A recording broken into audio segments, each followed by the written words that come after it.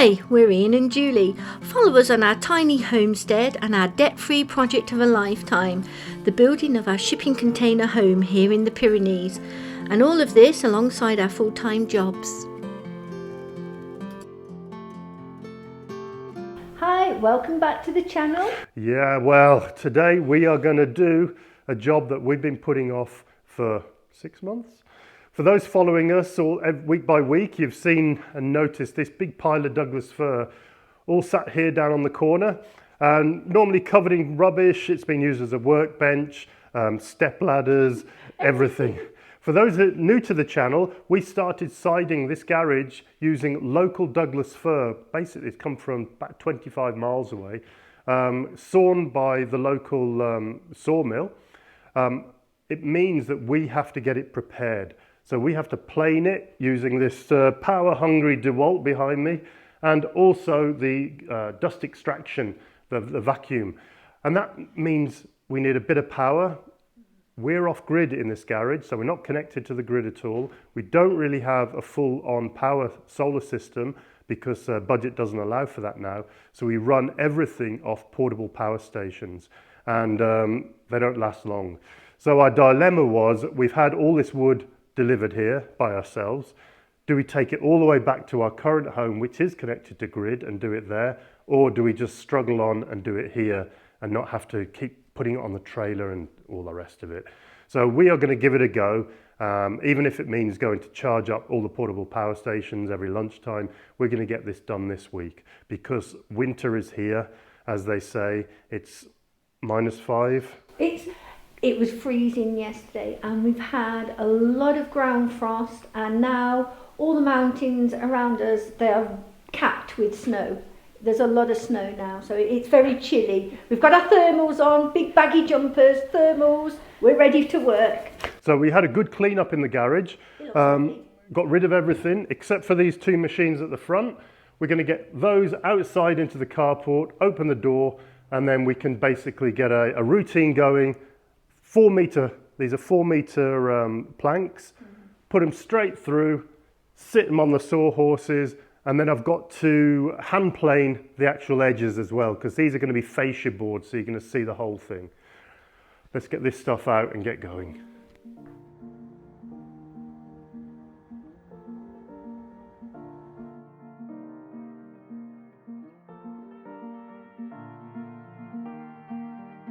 Try that then.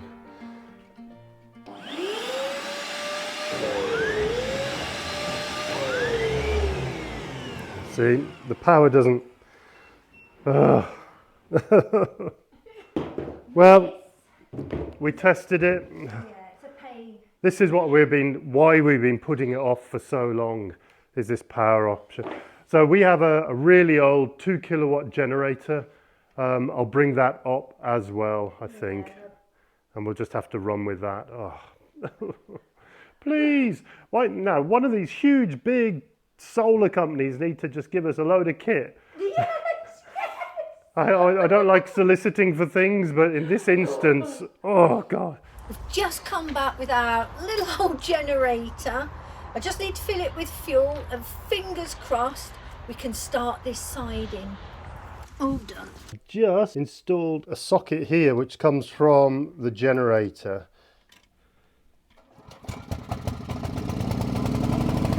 Right, let's see if this little generator can power the planer. So that's the power.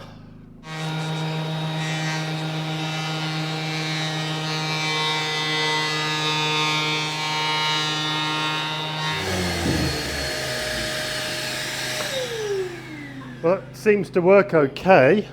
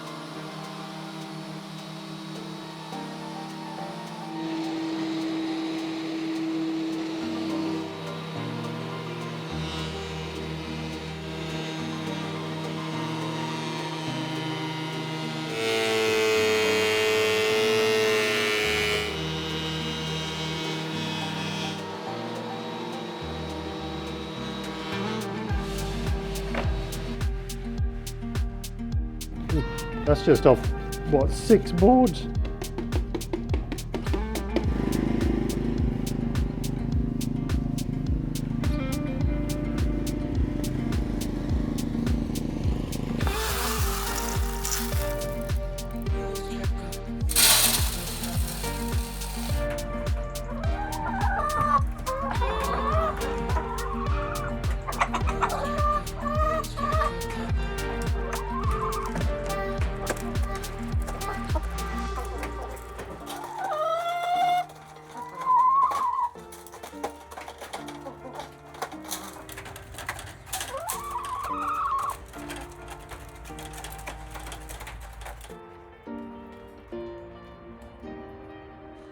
Hi, next morning we're back up here and it's the same routine every morning.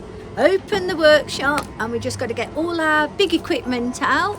We're going to carry on now, getting this bardage, all the cladding for outside finished up as much as possible today. So where we left off yesterday, we managed to get some boards planed after all our power issues. So we got the boards planed, and those boards, Ian this morning is going to plane the sides for me, and then I'm going to set up my trusses outside and start getting some of the proper wood treatment on, which is going to protect them from all the nasty little bugs and things that we have here for wood. So the next stage is to get the edges planed up. Because these are going to be on the front of the other uprights, these will be all on show. The other ones won't be because they're hidden by these ones. So I'm going to run my planer across both edges, and then we're going to take them outside onto the trestles, and while I'm doing the edges, Julie can do all the treatment work. So we're going to put the first one on.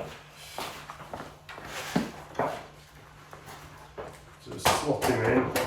Quite like these workbenches. And using my trusty Makita, I think one pass will be okay.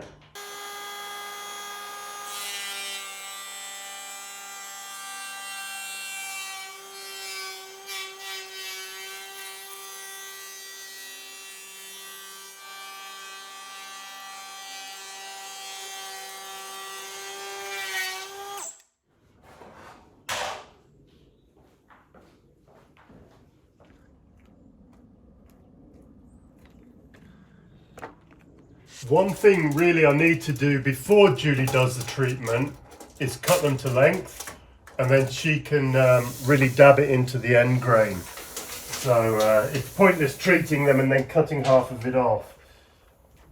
So these are 317.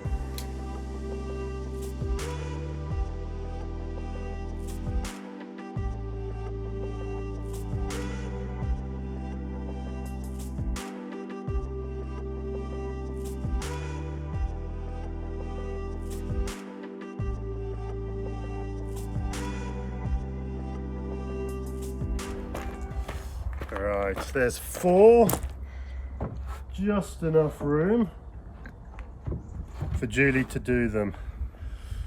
Over to you then, Ju.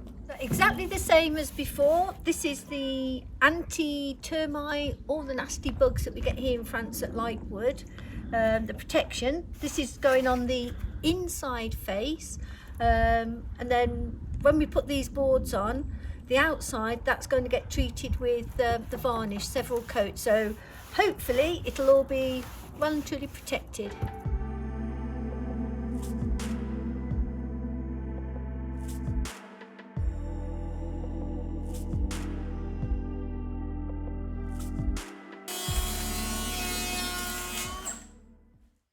I'm just taking one edge off.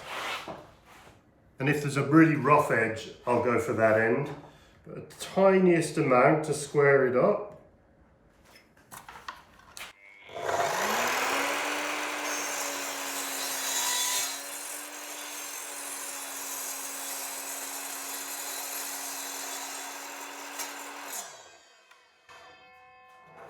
And then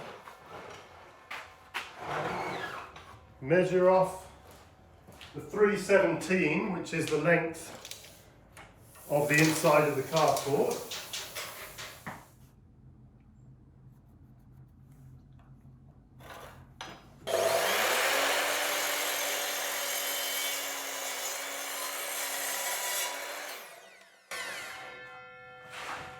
And now this one is ready for Julie. The little off-cut bits are not going to be thrown away this time. You saw earlier when we cleared up the whole garage, we burnt quite a lot of the old stuff, but luckily these I'm going to use as blockers, and I'll show you those now. So what we forgot on the front, but luckily remembered because there's only a few boards around the front, with this going on like that, there's quite a gap underneath, and because we've got the shadow gap underneath, anything can actually just come up and then nibble their way through here. So with these offcuts, I'm trimming them down, and I've done this one as a tester, and I'm going to put this blocker in there, screw it through, and a nice fixing just behind here where the staple is, so I can get a couple in there. Julie can treat all that, and then when I put the next piece on, that will go over that, down here of course, and it will be nicely blocked in at the bottom.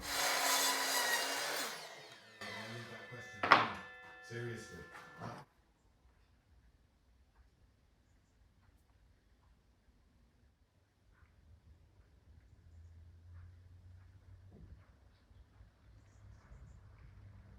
Just finishing the last bit of treatment on these blocking pieces.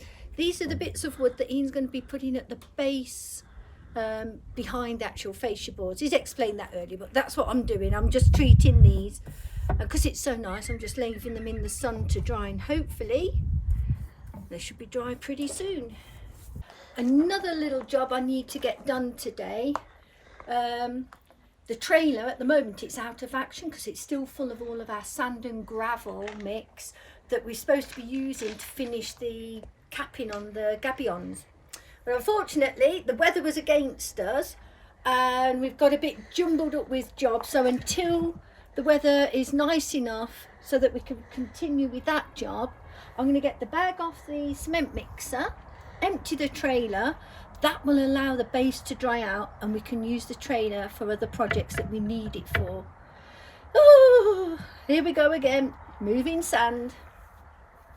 Bit of a late day today, working up at the off-grid plot and working on the workshop. Well, this is not the side that you usually get to see. It's dark, it's raining, and I'm under the last lamppost before I get to the field to collect Tyson. So hopefully tonight he'll be kind to his mum and not be right at the top of the field. We made it, he was waiting for me. Ooh, and he can't wait to get his head in his biscuits. We made it back to the stable. One soggy rug to dry out, swap it over for his pyjamas and put his stable rug on. That's Tyson happy, he's got his tea, he's got his stable rug on, he's all wrapped up for the night.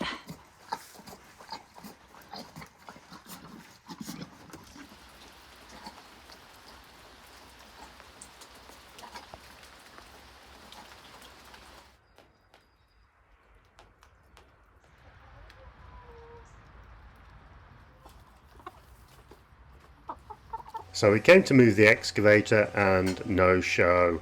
Thought it was the battery, tried to charge it, found out that it was the ignition switch after taking out the starter motor and making sure that all worked on the bench. Well, one reason I had to strip off all the front of this just to get to the ignition switch was because these are through bolts with a nut on the back and there's no way of getting in there. So I'm just replacing those nuts with these little inserts, which mean threaded inserts, which means I can just screw in the small, I think they're M4s or something like that, and that will allow me then just to be able to get access to that, which I suppose in theory security wise isn't great, because a thief could just unscrew the panel and basically hotwire it, but good luck to him. I finally got it going by hot wiring across the live and the ignition. The basic goes straight down to the starter motor. I'd worked out all the connections and everything and how the switch worked. So now I've ordered a new ignition switch, basically a Yamaha motorbike switch, and I'm just about to order a new battery, and that should sort out all the issues with the startup of this little mini excavator. One thing, probably not best to leave it out in the rain.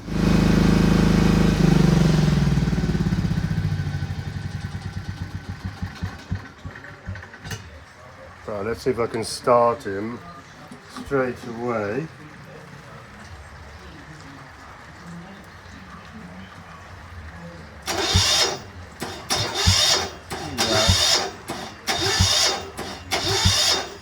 That's just not strong enough.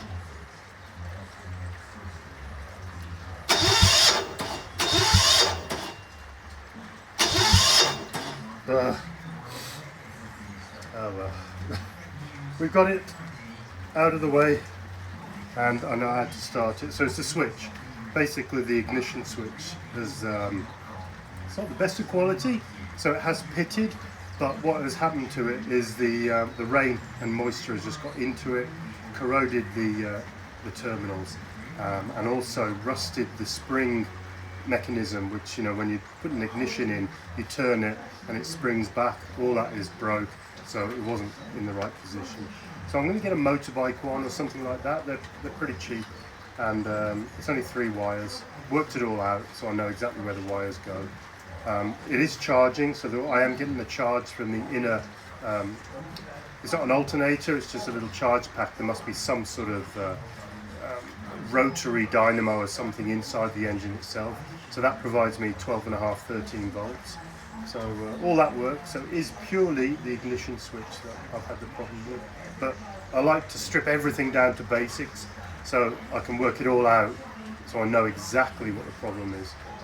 And that's it. So I've got my key at the moment, and we'll use that to start them back up.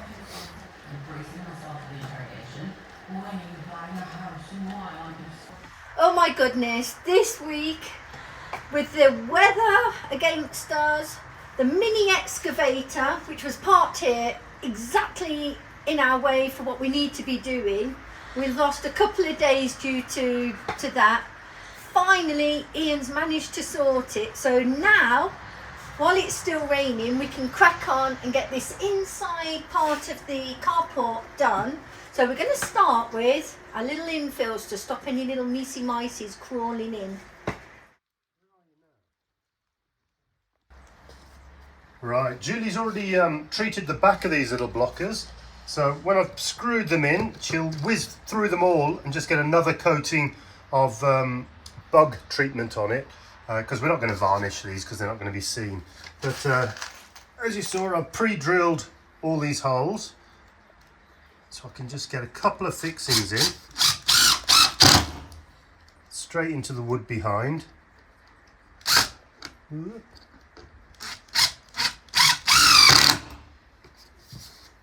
And that should stop anything coming up underneath, and then we'll just overlap it with the fascia board here. But I'm just going to run through all of these and get all these on the wall.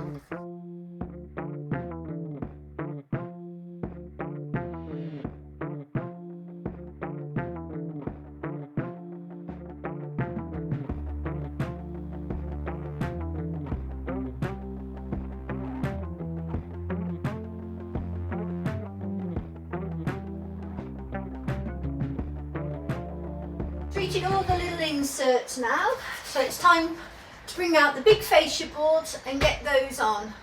And a note to myself, a pad next time, bony knees on concrete. Ooh. Just line them all up. Yeah. You take that one off. We'll line them up, then we can see which ones are okay or not. Yeah. Oh, that one's got the groove in, so I'm going to put him up there so you won't see him.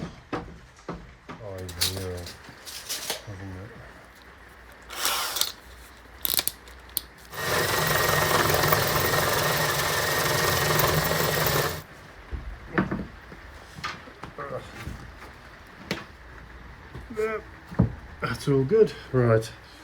No! God, what are you doing? Oh.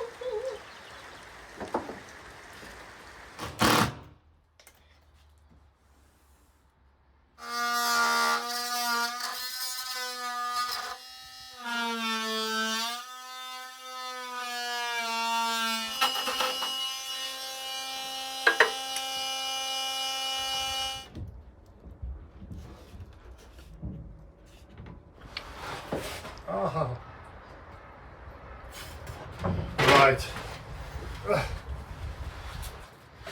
I'm having a few issues with board splitting and also just lining all the holes up. It's it's annoying when you're up there. So I'm taking all the boards down and I'm going to pre-drill all of them at the same level, and that should sort out the alignment plus the splitting issue.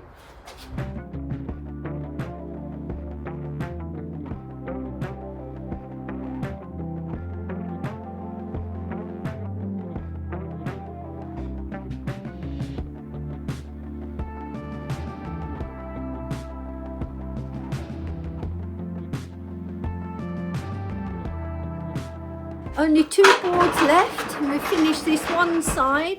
Unfortunately it's getting dark and we're struggling to see now, but we'll get these 2 boards done and we might call it a night. And it's probably, we're going to have to wait until the rain does stop, because to plane any more of these boards we've got to go outside and I don't want to get everything soaking wet. So we're going to finish off in here, and I'll be back tomorrow morning to get a coat of varnish on. Yeah, we'll be able to do that. We will see you in the morning. Oh, hopefully the rain will have stopped, because I have another project that I've got to get on with. Yeah, it's been raining all week, very heavy. It's next morning, sun, the first sun we've seen for a whole week. So I'm outside, it's still chilly, but I'm going to try and get at least 1, maybe 2 coats of varnish on these raw boards now. And hopefully, fingers crossed, if it stays nice, we're just going to keep working our way along. I'm going to finish this back wall off, and if it stays nice next week, we'll continue on the outside, putting the boards on. We've got in a routine how to back into the old planing, fixing them. So we're going to finish one section, do that section, finish it, and continue outside and get this job finished once and for all.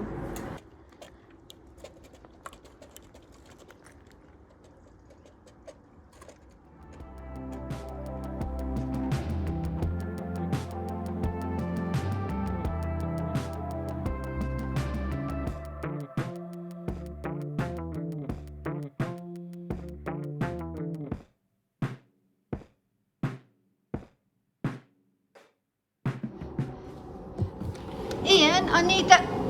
Oh my goodness. I'm out here freezing my butt off. Don't mind me. You're in charge of the painting. Can you believe this, guys? He's in here. It's getting a bit warm. I was coming out to see you. Oh my God. Ian, you're unbelievable. Oh, give me that. Oh my God, I'm like a little iceberg. Oh, that's good. Oh, this is too good, Ian. How are you getting on? Cold.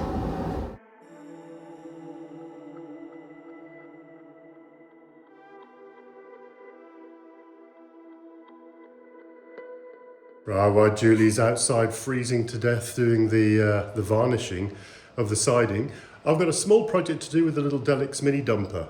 I managed to get hold of a tow bar attachment for the front of the dumper, and that'll allow me to wiggle around our trailers without having to get a vehicle in. This has been out of stock ever since I bought this dumper, probably 18 months ago now. So it's really, really pleased that I've managed to get one. And I know you could say you could build one or make one, but this was €80, and I'll show you in a minute what it looks like. But €80, I couldn't buy the metal for that. So really chuffed. So I'm going to stick it on now, and I'm going to move that trailer that Julie got all the sand out of, and we're going to take some of the sort of outdoor equipment back to our current home where we've got more storage, and it'll free up this workshop to get all the rest of the siding done without having to open that door all the time. Oh, so it's a pretty chunky bit of kit, and if it fits, let's have a look. How does it fit? I'll take this off. This is the detachable toe arm, which has got there's a couple of holes on here, but you buy that 2-inch one, this one is, but I think they're various ones. Again, I'm not sponsored at all by Delix. I just think their equipment is very, very it's very cheap. So there's 2 lugs on here. They fit in there, and then there's a couple of bolts that fit through there and there. Oh, I've got some nuts here.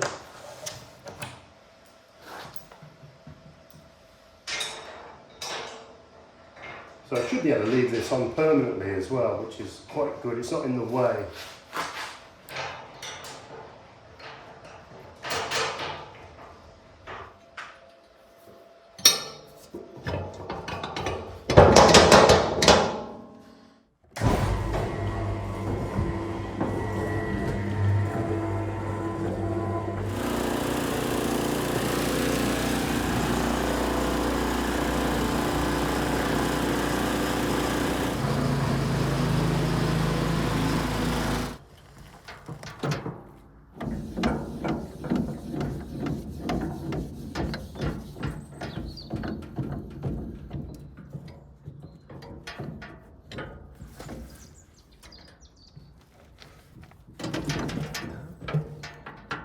Well, I could have got away with it, but this is take 2.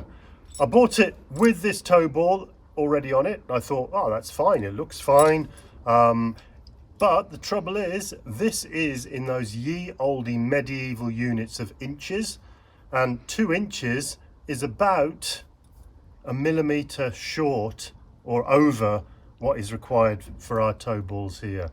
And I bought this from Italy, so I'm not sure why this is in those ancient units. So I've gone ahead and bought an ISO 50 tow bar, which is probably 50 mil, and that is slightly smaller than the 2 inches, and it works perfectly. But I had to drill out, because this is a much smaller thread here, I had to drill out a slightly larger thread for the new ball. So right, we're going to try it again.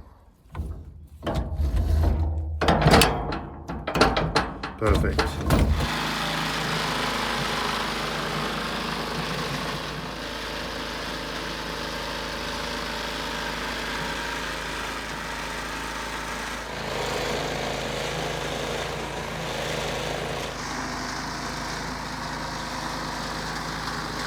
Well, it worked, but one thing, you saw me wedging this piece of wood in to basically force the brake off of the trailer, because of course if you're pushing the trailer, it's as if the trailer is coming into the back of the vehicle, hence it's braking. So I was forcing the brake on and wheel spinning this little unit.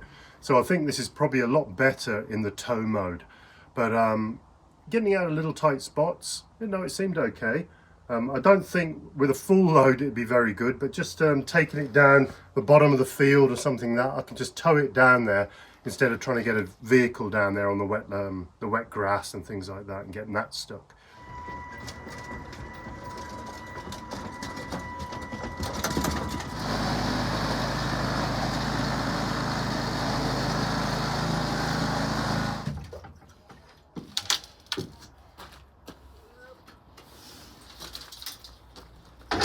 How you getting on? Nearly done. Okay guys, this is a question for you guys now. Answer in the comments if you know the film that comes from. And I'm nearly 100% sure nobody's going to get it. I'll do it one more time for you. Nearly Done. It's my favourite film, sorry.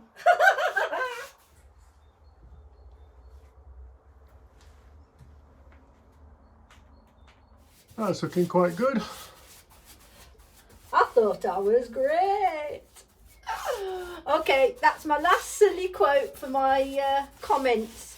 What film does that quote come from? I'm in a silly mood. 1st of December, and I'm in a silly mood, sorry.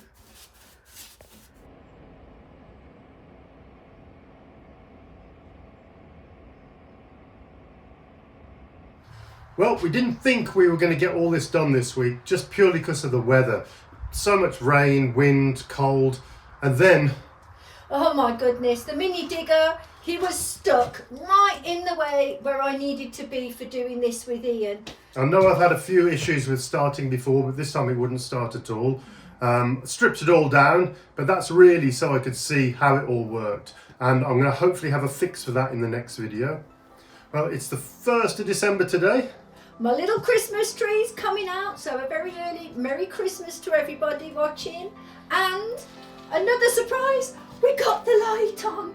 Oh, we're so happy. This one little job here is finished and we can hopefully move around to the rest of it. So keep watching, guys. We appreciate everybody with their comments. Don't forget, cheeky thumbs up for us, like and subscribe. And we'll see you in the next one. Catch you next week.